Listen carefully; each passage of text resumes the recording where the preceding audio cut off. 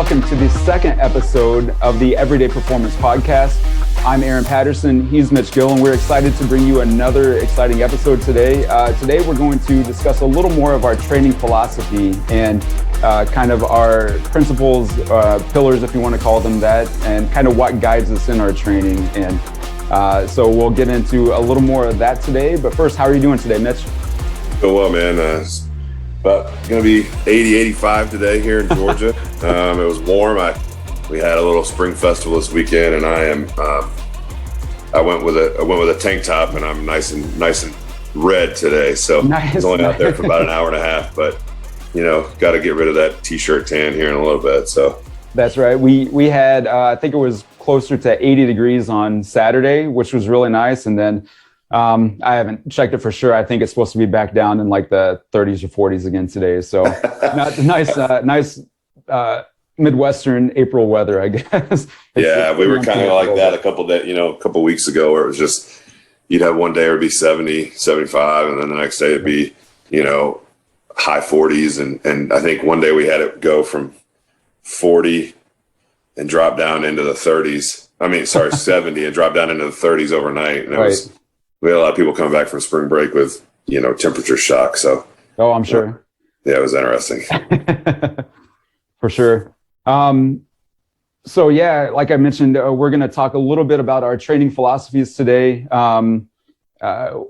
Pillars, if you want to call them pillars of training, but really just kind of some of the characteristics or guidelines that we follow as far as our training method. So I guess I can go ahead and kick it off right here. One of my main ideas that I try to go with, especially with my athletes, it can go with the adult population too, is kind of train smart. And I tried to get a little clever with this. I said, train smart if you want to start. And really all that means is practice caution when you're in the weight room. If you are, coming in, not feeling the greatest, if you are coming off of an injury, I'm not going to tell you that you have to, push absolutely as hard as you can. Not every day is going to be the same. The way that I think about it, not every day has to be like a grind, if you want to say that. You're still going to get benefit. If it might be, I guess if you want to say a little easier session, it kind of reminds me, I had a guy that came in, and this was probably 5-6 years ago or so, and he was dropping his junior high age son off for a training session. It was a big group session, and the last thing he said before he left was, I want to make sure he's sweating by the time he's done today. I want to make sure he's dripping with sweat. He better be exhausted. And, I kind of agreed with him. And then after he left, I kind of thought, well, if he doesn't feel up to it, then I'm not going to push him until he throws up or anything like that. So that story always kind of sticks out in my head. Athletes have so many different things, stressors that they're dealing with. They have all their practices during the week. They have their games. They have the stress of school, like tests, different things that are going on. If we're talking about the adult population, they have plenty of stress with work and family life and everything like that. So just kind of gauge each day and see how you're feeling and kind of train according to that. Yeah. No, I think that's a big one. It's, one of the biggest or the most important qualities in athletics in, everyday life is availability. There's nothing worse than not being able to play. How can you help your team? How can you help your family? How can you help at work? If you're hurt all the time because you just train through, whether it's an injury, you train through sickness and then you lead to being hurt. Or, you hit that last rep and you're like, man, I might could get another one. It's always it's when the ego comes in. I think I can get another one. And so there's times to push yourself, but it's knowing when to stop within your training, and then knowing when, hey, today's not the day to rev up to the red line, on the engine that is your body. So, I think that's a really good one, because if you train, a lot of people, where I see a lot of the injuries come from general pop and athletes is they just trying to redline all the time. And I think that was one of the biggest problems I had with some of the, like CrossFit, some of the other ones, was it's just constant redline all the time. Right. And there comes a point where your body is going to say enough is enough. And guess what? Now you're out for 4 months and you can't train because you have a back injury, or now you've got a shoulder issue, whatever it may be. And the quickest way to shut your progress down is injury. So, I think that's a big one. Thinking in the long term versus just thinking in that one day. Progress comes over time and not on a 1 day, hour-long workout. Definitely so. And one thing that stands out to me is, I have had adult clients come in before, and they might be traveling every day during the week. I had one in particular. She's no longer with me, went off to do some other things, but she was traveling all over the country for her job. And the 2 days that she happened to be in town, she decided to come in and train, which was awesome. But I kind of had to manage that workload for her because she was always flying around. She was always, staying in hotels. She was never sleeping in her own bed and things like that. So I had to take that into account when it came to her training. Similar to some of the athletes, I mean, you could always tell, and what time of the semester it is, but when they have a lot of big tests coming up or it's finals time, you're going to see a little bit more of that stress. And that's kind of when I know hey, maybe we should back off a little bit because they have stressors coming from all different directions. I just want to make sure that they make it through this training session and then they're able to play on Friday. So yeah, no, for sure. Sometimes it has to be us, right, to kind of help keep them in check. A lot of your top athletes and a lot of your most successful people are type A, and they'll put their nose to the grindstone until they've ground it all away. And so sometimes we have to kind of back them off and say, hey, look, let's be smart here today. So I'll go ahead and go into my first one as well. And again, these, we like to call them pillars, or they're kind of the base, what hold up our training and kind of where we are, when we fall back to go write a program, what are the things that we are using in our coaching and then in our writing our programs. And for me, number one is quality over quantity. And I think this one for you is one that we had just talked about beforehand. But for me, I want you to be really good at my basic lifts. And for me, those are squat, hinge, some kind of lunge or single leg variation, push, pull. And specifically, like, I want you to be really good with your body weight before we even consider about adding load on there. So for me, a lot of my initial workouts will start off with a squat. We'll do iso holds, split squats, just to keep to learn those positions. RDLs with a broomstick and finding ways to teach those movements. And then obviously push-ups and bodyweight rows are big where I start. And I'll start with regressions just to make sure that we look really good before we increase the intensity. Because if we're not moving well, when we start adding load, something's bound to break, once that heavy load comes in. Yep. I completely agree with you on that. And like you said, we kind of talked about this a little bit before, that kind of goes in line with my second one that I had when I labeled it quality over load. And for me, that just kind of means make sure that the quality of your reps is really good before you start adding extra load. Even got to the point where, and you see on my Instagram and things like that, I like to video athletes if they're getting a good lift or, doing something really well. I like to highlight that. But it's gotten to the point now where some of my athletes will actually request that I take a video of them because they want to make sure that they're getting low enough on the squat or where I want them to get on their squat. They want to make sure that their form on their deadlift is really good. And I think to their credit, they've been pretty coachable in that they no longer try to pile on the weight onto the bar right away. I've kind of got them in the mindset of, hey, if you're going to increase the weight, unless you ask me first, if you're going to increase the weight, make sure it's 5 pounds, maybe 10 pounds max, like a 5 on each side there. So I really think that's important. And I think that's one of the things where once the athletes or the adult clients kind of catch on to that and see the benefits that they're getting from those quality reps. I mean, there's a little more buy-in, I think, in that respect, because they see the benefit. They feel how a full squat feels compared to maybe what they were doing previously, and I think that's where a lot of the buy-in comes in.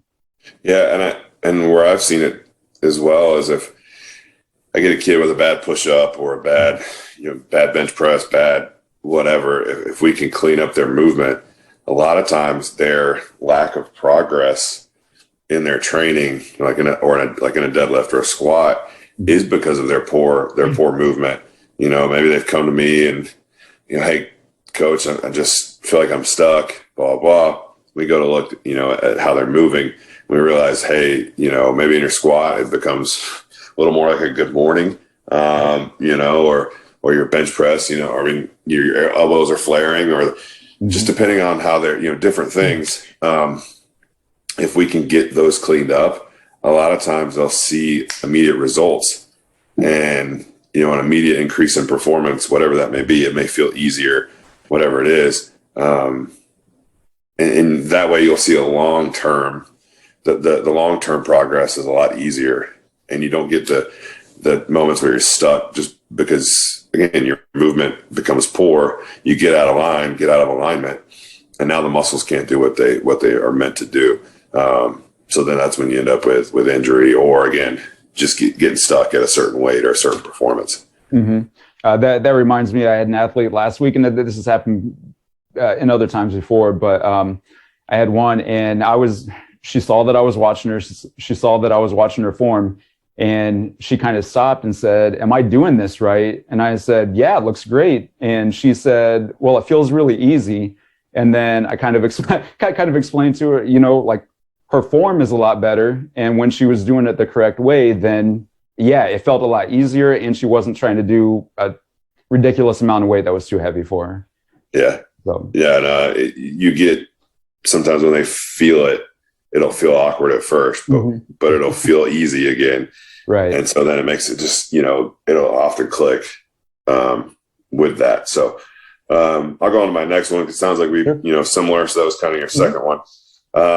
I also go, a lot of people used to say movement over muscles. And I think that's a little bit reductionist to a certain point. I do think you should, I focus on the movements first, especially when we're just beginning to train. We want to get good at those skill wise. But we also want to get, we can use some isolation stuff to help build up the muscles, that they want to, especially in our gen pop. The primary thing there is they want to look good, right, and they want to feel good. So sometimes, again, bicep curls, even with athletes, is a great thing. Right. But they may also have some imbalances because they have a weakness. Let's say like, upper back in the deadlift. They round over. Okay, well, let's work on some specific movements to help build that area up, to help supplement the deadlift or the back squat. Maybe they're caving over. So I like to say more movement before muscles. So we're going to work on the movement, but we're not going to just leave the muscles out. We're still going to throw in some iso stuff there and fix imbalances where we see fit. I think that comes a little bit from me as in the sports medicine therapy side of things.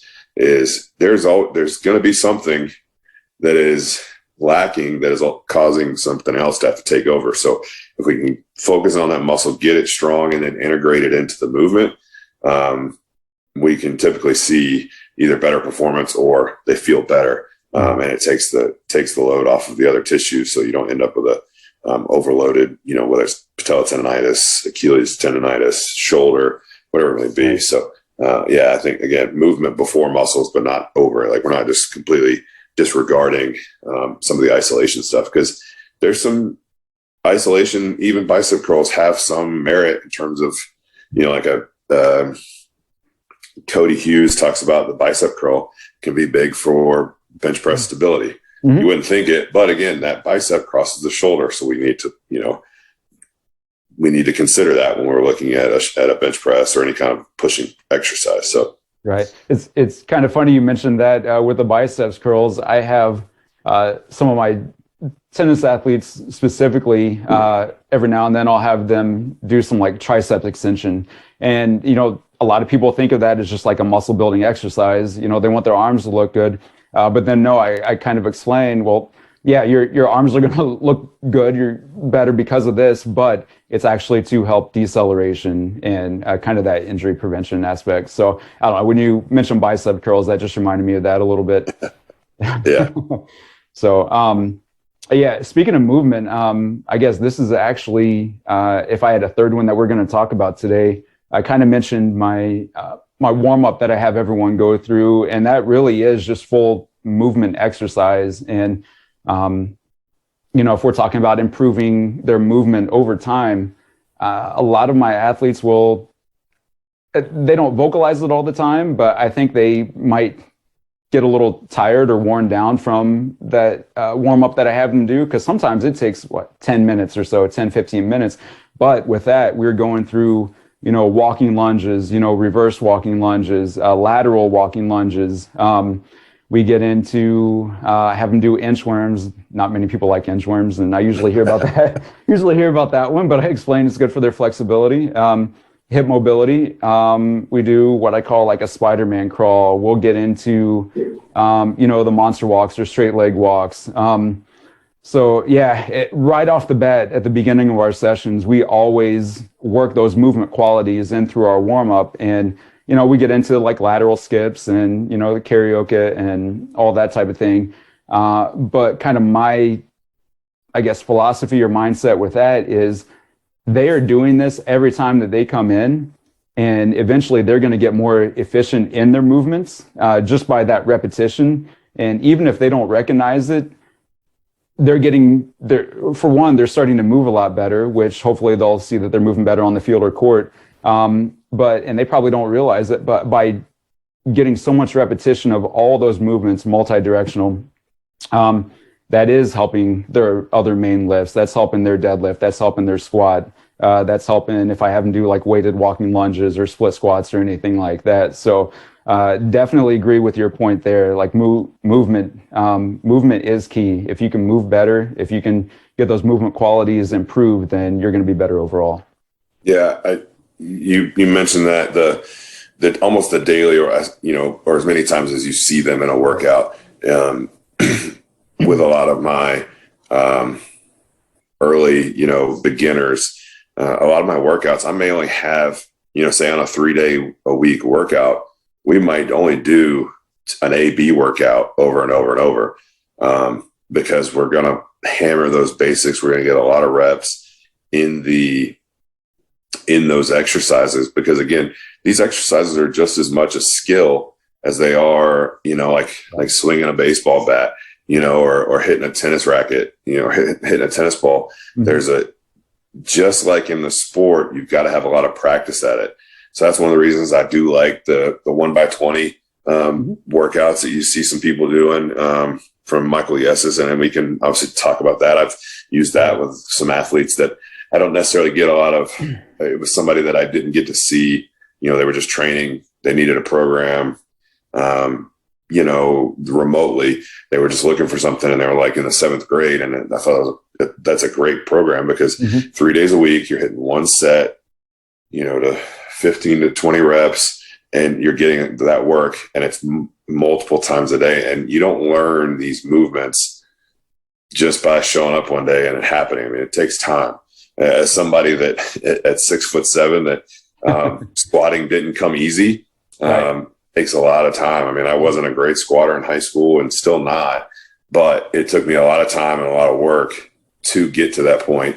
And that comes with, again, a lot of repetitions under the bar and a lot of figuring out how to feel it. And that takes a coach, and that takes that athlete a lot of time together, a lot of reps to get really good. So like I like what you do there with the warm up and putting those pieces in there daily, because again, you've got to practice these things. It can't just be one day a week and going in and doing this one thing. I think that's where the warm up is key, especially with young kids. We can do a lot of teaching in that moment. And then once they've got it, obviously we can be a little more advanced and do some other things. But early on, the warm up, lunge, squat, and do some, glute bridge type stuff just to feel those different movements that we're trying to eventually become experts at. Mm-hmm.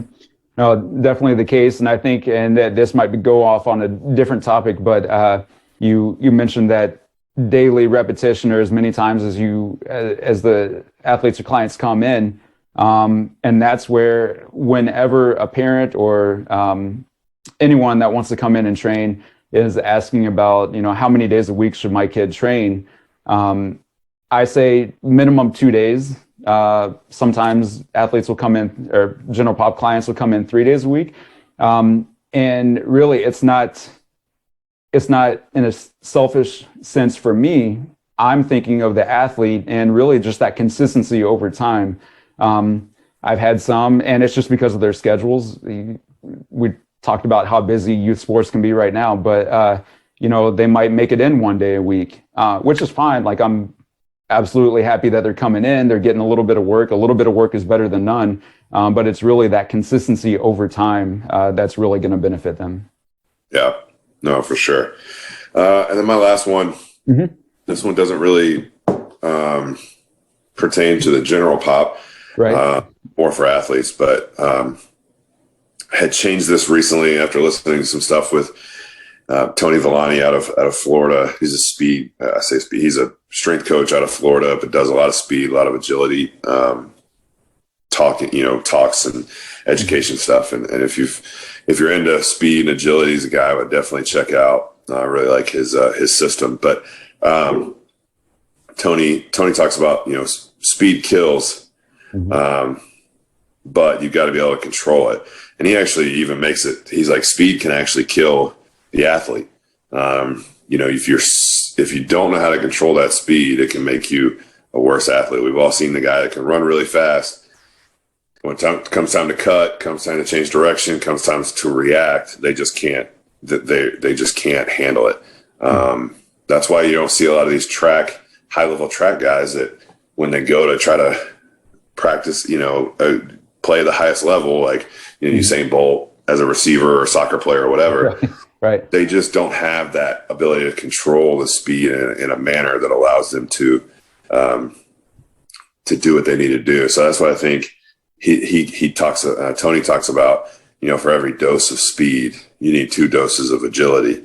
And I think that's great because, again, speed could either lead to them not making a play, or if you can't control it, you end up injured. So, making sure that when I'm in my speed training in my speed sessions, that we're looking at that, where we're not just focusing on a 40 time. We got to look at, are they able to handle that speed? Or are they able to sprint at a speed that allows them to do what they need to do as an athlete? So I think that's a really interesting perspective, and well, not the concept necessarily, but when you said speed kills, a lot of people look at that kind of saying and think, yeah, speed kills. Speed is going to, kill the opponent. It's going to help me win. Whereas what he is saying, what you're saying, is that it can actually get you injured if you don't do it the right way, if you're not working on that change of direction or that agility and things like that. So again, that reminds me, one, especially with my larger groups, sometimes what I like to do is play a little game at the beginning. We just call it the cone game, where say I have 10 athletes, I'll split them up into 2 groups of 5. I'll put 5 cones on each side, and it's just kind of like a race, going down and back, grab the cone, bring it all the way back, set it down. But I'll try to change it up with them, and I'll have them work in different movements. So the first time they might just be accelerating down, accelerating back, and kind of like a 10-yard range. But then I'll switch it up and say, okay, this time we are going to shuffle down, shuffle back, and just to get them used to changing directions that way. Or I might tell them that when they're picking up the cone, they have to turn a certain way, just to kind of work those different qualities. No, I think I like what you mentioned about Usain Bolt trying to play a different sport. Like you would assume, as quick as he is, that he would be really good on the soccer field or in a different sport. But yeah, if he doesn't have those movement qualities, if he's not able to change direction or cut or different things like that, if I guess essentially if he's not able to decelerate the way that he should, then yeah, you're not going to be as good of a multi-directional athlete as you are just running linearly. Yeah, for sure. Well, cool, man. You got anything else or? I think that's about it. Much shorter episode than what we did last time. I think we ran about 50 minutes last time, a little closer to an hour, but that was kind of like our intro episode. Really, I like everything that we talked about across the board. Really just kind of putting it all together in just kind of like our overall training philosophy. And it is kind of interesting how, like you mentioned, a lot of ours were similar. We were kind of able to bounce those ideas off of each other because, I mean, really, they're just kind of training principles that we go off of. And yeah, I think once you can get people to buy into those training principles or those pillars that you go by, whether it's, quality of the movement, whether it is training smart, whether for athletes like we just talked about, not just necessarily worrying about that linear speed, but focusing on that change of direction to hopefully prevent you from getting injuries. If you can put all those together, then that's a really good training philosophy. And if you can get people to buy into that, then they're going to be much better off later on in life. Yeah, for sure. And I think, we didn't want to go into the nuts and bolts and the reps and sets and those kinds of things because, it's so there's just a lot of difference in how each person is going to handle that. Because you have different training periodization styles, whatever it may be. But if, I think being able to talk about our basics, or the ground level of what kind of sets up our training, and then that's the difference between trainers and coaches, and is a lot of people are going to should have a lot of the same basic principles. But it's the methods that may be slightly different. So, look at the person's, if you're trying to look at a coach, don't worry about the methods, the reps and sets so much. Look at their principles and try to see, do they align with what you want as an athlete or as a trainee? Because if they're not principle based, sometimes that can lead to getting astray, and their program just being haphazard. So, I think, if we had to give one piece of advice there for anybody is don't necessarily look at the methods, the reps and sets, because, anything has the ability to work. But if they aren't principle based in how they handle their training, then they're just kind of running in a circle and they don't really have any kind of any guide rails for their training to help you become a better athlete, better human, whatever it may be. So if we had to leave you with one big piece, that would be something that I would tell you. Don't worry about the methods, worry about their principles and how they're basing their training off of. That's very well said. And it sounds like that might be a good spot to wrap it up for today then. So if you don't have anything else, we want to, again, thank everyone for listening. Again, like Mitch said last time, please reach out to us. Please email. I can put our email up in the show notes. Reach out to us on social media. I'll have both of our Instagram handles on the screen right here for you. Reach out to us, give us suggestions, give us feedback. Really just let us know what you're thinking. We want to be able to help you guys, be better athletes, be better human performers. And we really want to give you the messages that you're hoping to find out of this. Yeah, for sure.